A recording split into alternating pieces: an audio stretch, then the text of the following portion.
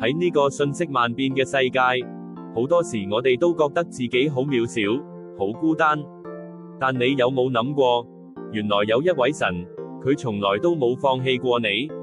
聖經出埃及記第25章第8節，上帝親自吩咐，又當為我做聖所，使我可以住在他們中間。呢句說話，唔係單單講緊要建造一座宏偉嘅實體殿堂，佢更深層次嘅意義，係揭示咗神對我哋每一個生命嘅深切渴望。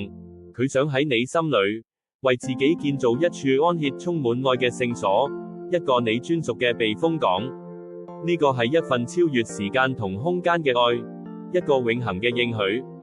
只要你願意敞開你嘅心，邀請神進入你嘅生命，佢就願意嚟到你嘅裏面，與你同行。佢嘅愛會修復一切，帶嚟真正嘅平安、喜樂同力量。